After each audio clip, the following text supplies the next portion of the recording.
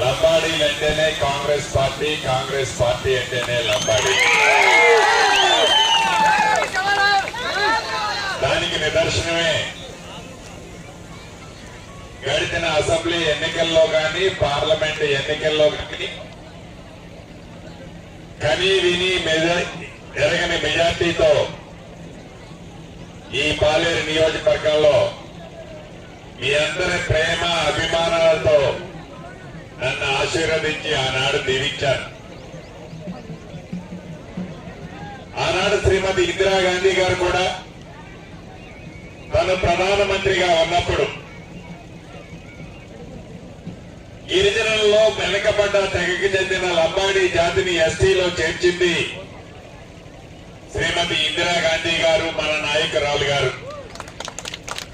మన మధ్య తను లేకపోయినా దేశ వ్యాప్తంగా ఎవరైతే వివిధ తెగలకు చెందిన వాళ్ళలో ముఖ్యంగా లంబాడీలు ఉన్నారో వారు ఈ సమాజంలో చాలా దూరంగా అనగదొక్కబడి వారిని ముందుకు తీసుకురావాలని అనేక సంస్కరణల్లో తీసుకొచ్చి ఈ లంబాడి తెగని ఎస్టీలో చేర్చిన ఘనత మన నాయకురాలు స్వర్గీయ శ్రీమతి ఇందిరాగాంధీ గారిది.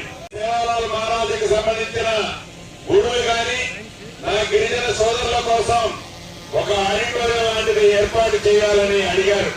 ఇది ఎన్నికల సందర్భం కాబట్టి నేను ఎక్కువ ఈ వేదిక మీద నుంచి మీకు హామీ ఇవ్వకపోయినా తప్పకుండా మళ్లీ సేవాలాల్ జయంతి అంటే ఫిబ్రవరి 15వ తారీఖు వచ్చేలోపు అద్భుతమైన భవనాన్ని శ్రీకారం తప్పకుండా దాన్ని పూర్తి చేయడానికి నా శక్తి వంచన లేకుండా కృషి చేస్తాను.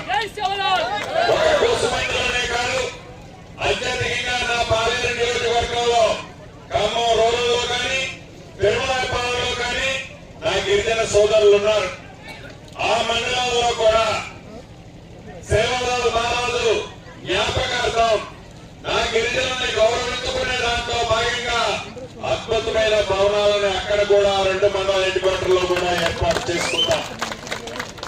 భవిష్యత్తులో మన ఇందిరమ్మ ప్రభుత్వంలో మన ముఖ్యమంత్రి గౌరవ రేవంత్ రెడ్డి గారి నాయకత్వంలోని మన ప్రభుత్వం రాబోయే ఈ కొద్ది రోజుల్లో ఈ భవనాలకు కావాల్సిన నిధులను కూడా శాంక్షన్ చేసుకుని ఈ ఎన్నికల కోడ్ అయిపోయిన తర్వాత వాటిని యుద్ధ ప్రాతిపదిక మీద పూర్తి చేసుకుంటాం. రెవెన్యూ వారిని కూడా నేను